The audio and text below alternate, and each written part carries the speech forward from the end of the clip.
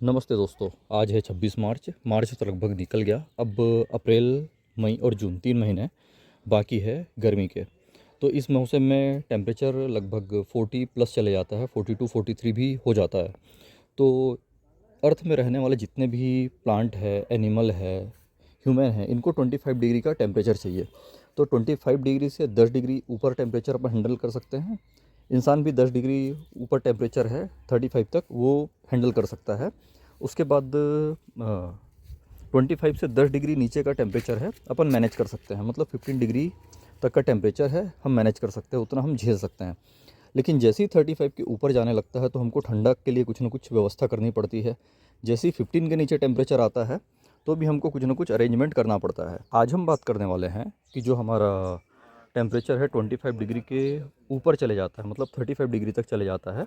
उसके बाद जो 35 के ऊपर जो टेम्परेचर जाता है, जो कि जनरली अप्रैल, मई और जून महीने में जाता है, तो इसके मैनेजमेंट के लिए हमें क्या करना चाहिए।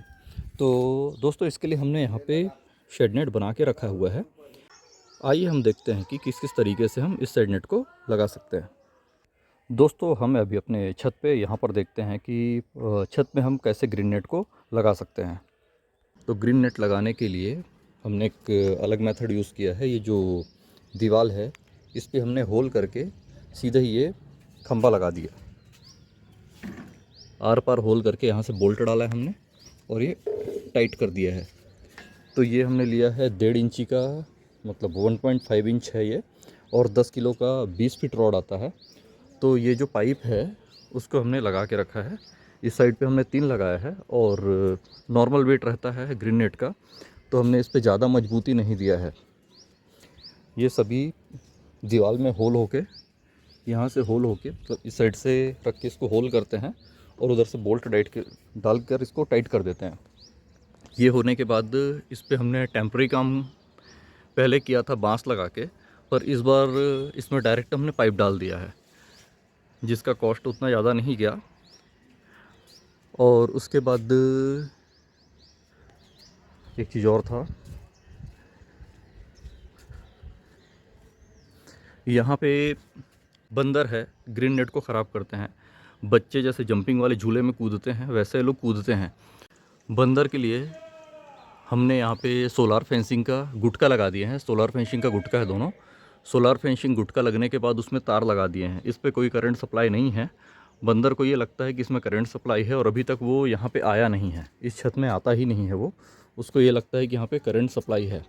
जब भी आप ये पाइप लगाएं तो पहले पेंट कर लें, उसके बाद इसमें वेल्डिंग करवाएं। उसके बाद एक, मतलब पहले प्राइमर लगाना है, उसके बाद आप वेल्डिंग करवाइए, उसके बाद उसको पेंट कंप्लीट करवाइए। उसके बाद आप इस पर ग्रीन नेट बांध दीजिए। और ग्रीन नेट बांधेंगे तो बीच से लटकता है, जो पोर्शन है ना, ये लटकना चालू होता है। तो इसको लटकने से बचाने के लिए आपको इसमें तार पहले बांधना पड़ेगा। तार बांध दीजिए, उसके ऊपर ग्रीन नेट लगा दीजिए, है ना। ग्रीन नेट को बांधने के बाद उसके ऊपर एक और तार लगेगा, ताकि ये जब हवा में उड़े तो ये ना फटे। जो बांध के रखे हमने टेम्परेरी चीज़ें, ये ना फटे। एक और होता है जो ग्रीन नेट बनाने वाले लोग काम करते हैं, वो बहुत महंगा पड़ता है, तो उनका सिस्टम ही अलग रहता है। जीआई पाइप ला के लगाएंगे तो कुछ, हाँ, 4 गुना के लगभग महंगा पड़ जाता है। जीआई पाइप है, हैवी पाइप्स रहते हैं। और ये जो हमने लगाए हैं इसमें गैप है, तो लोग एक रेल जैसा रहता है उसके ऊपर उसको फिट करते हैं ताकि ये दोनों चिपका रहे। तो उतना कॉस्ट अपने पास रहता नहीं है इस पर खर्चा करने के लिए, क्योंकि हर 2 साल के बाद नया कुछ आ जाता है, नया कुछ टेक्नोलॉजी आ जाती है, तो हम उस पर पैसा खर्चा करते हैं। आप ये स्ट्रक्चर बनाने के लिए आप अपने नियरेस्ट फैब्रिकेशन जो वेल्डिंग वर्क होते हैं उनको बुला के पूछ सकते हैं कि कैसा बना सकते हैं। एक चीज़ और ध्यान रखेंगे कि जो पाइप है ना, इस पाइप के अंदर गैप रहता है, तो इस पाइप में उसको आपको उधर ढलान देना है, मतलब पाइप उधर झुकते हुए जाएगा, ये सबसे ऊपर रहेगा, और उसके बाद ये पाइप इधर झुकते हुए जाएगा। और इस साइड पे भी देखेंगे वो सेंटर ऊंचा है, दोनों साइड पे झुका हुआ है, ताकि जो पानी है उस पाइप के अंदर ना भरे, दोनों साइड निकल जाए। और किनारे किनारे को आप पैक करवा दीजिए। तो ये हमने जो छत में लगाया है इसका अरेंजमेंट है। बीच के जो खंभे हैं उसको आप चाहें तो फिक्स करा सकते हैं, नहीं तो ऐसे सीधा वहाँ से वेल्ड करके रखवा सकते हैं, वो भी चल जाएगा। ये तो हो गई छत में। छत में अभी काम बाकी है, ये चलते रहेगा। इसमें एक फॉगर सिस्टम लगवाने वाले हैं जिससे यहाँ का मॉइस्चर बना रहे, क्योंकि टेम्परेचर इंक्रीज़ होगा तो मॉइस्चर भी कम हो जाएगी। तो कुछ हार्डी प्लांट है जो ऊपर हैं अभी। उसके बाद आगे आते हैं,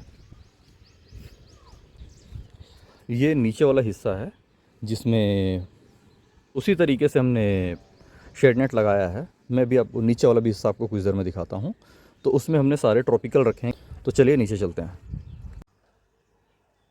हमने अपने ऊपर के सारे ट्रॉपिकल हैं उसको धीरे धीरे नीचे शिफ्ट कर दिया है, क्योंकि हम इसको मॉइस्चर मेंटेन करने के लिए इसको गीला करते हैं। पर ये फिर वापस से क्रैक आ गया है, तो इसमें 2 दिन हो गया पानी डाला नहीं है। तो इससे मॉइस्चर मेंटेन रहता है नीचे में, और हम छत में पानी डाल नहीं सकते। इसलिए इसका मॉइस्चर मेंटेन करने के लिए हमने प्लांट अभी नीचे ही शिफ्ट करके रखा है। ये श्याम जैस्मिन की ब्लूमिंग है जो भी हो रही है। तो हमने नीचे हम पोल गड़ाने के लिए डायरेक्ट ज़मीन में होल करके ये पोल गड़ाया है। सभी जगह पे ज़मीन में होल हो गए, सब गड्ढा खोद के हमने ये पोल लगाया है। ये पोल लगाने के बाद इस पे ये वाला हिस्सा है, इसका हाइट अपन बड़ा करने के लिए इस पे एक जॉइंट लगवाया है, ताकि जो दोनों साइड की जो ढाल है ना, मतलब ये इधर झुका हुआ है पाइप और वो आगे जाके उधर झुका हुआ है पाइप, ताकि इसमें पानी ना भरे। और ये टेम्प्रेरी ही लगा हुआ है। जितने भी हमने ग्रीन नेट बांधे हैं वो गिट्टी पकड़ के उसमें रोल करके हमने खींच के उसको बांध दिया है। तो यहाँ पे नेट का जो छांव है वो सफिशिएंट है। अगली बात ये करनी है कि ये जो है 50% वाला नेट है, जिसमें आपको चीज़ें क्लियर आर पार दिख रही है। ये सेकंड क्वालिटी का नेट आता है, जो कि प्लास्टिक की बोरी होती है ना, उस टाइप की क्वालिटी आती है। इसके साथ दिक्कत ये आता है कि एक टाइम के बाद ऐसे फट जाता है, 2 साल नहीं चलता है और पूरे ऐसे खुद से होल हो जाते हैं इसमें। तो ये टेम्प्रेरी लगा हुआ है, क्योंकि इस पर और काम होने हैं। ये टेम्प्रेरी बंधा हुआ है क्योंकि ये बांस में लगा हुआ है। तो ये टेम्प्रेरी हमने लगाया है, ये लास्ट से लास्ट फिक्स होगा और उस पर ये 75% वाला नेट लगेगा। ये 75% वाला शेड नेट है। उसके बाद एक इंटरवल में फिर से 50% वाला शेड नेट है जो रखा हुआ था। उसके बाद ये फिर से 75% वाला शेड नेट है। तो आप इसका डिफरेंस देख सकते हैं, एक ही उसमें देखेंगे। ये ऊपर जो दिख रहा है आपको, ये 50% का शेड नेट है और नीचे वाला 75% का शेड नेट है। आप 90% का शेड नेट भी यूज़ कर सकते हैं, पर वो ह्यूमन के लिए बेहतर रहता है, इंसानों और जानवरों के लिए बेहतर रहता है। प्लांट्स को खाना बनाने के लिए सूर्य के प्रकाश की ज़रूरत पड़ती है, इसलिए उनको हमको 50% से 75% का शेड नेट देते हैं। 25% सफिशिएंट रहता है गर्मी के लिए। उनको जो ट्रांसपेरेंसी है ना, इसमें 25% सनलाइट है छन के नीचे आएगा, और उस 25% सनलाइट जो कि सफिशिएंट है। आप देख रहे हो मेरा परछाई यहाँ पे बन रहा है, इतना सफिशिएंट है। तो दोस्तों, आज हमने बात किया गर्मी में टेम्परेचर और ह्यूमिडिटी को मेंटेन करने के बारे में। अगर आपको अपने प्लांट से रिलेटेड कोई भी क्वेश्चन है तो आप मुझे व्हाट्सअप में, मेरा व्हाट्सअप नंबर है 8827270202। इस नंबर पे आप मुझे व्हाट्सअप में अपने प्लांट के फ़ोटो सेंड कर सकते हैं। आपको जो भी डाउट है, उससे रिलेटेड कोई भी दिक्कत है तो आप मुझे बताइए। मैं कोशिश करूँगा कि मैं उसका जवाब दे पाऊँ। आप मुझे इस नंबर में डायरेक्ट कॉल भी कर सकते हैं या व्हाट्सअप में वॉइस मैसेज भी भेज सकते हैं। उम्मीद करता हूँ आज का ये वीडियो आपको अच्छा लगे। Thank you.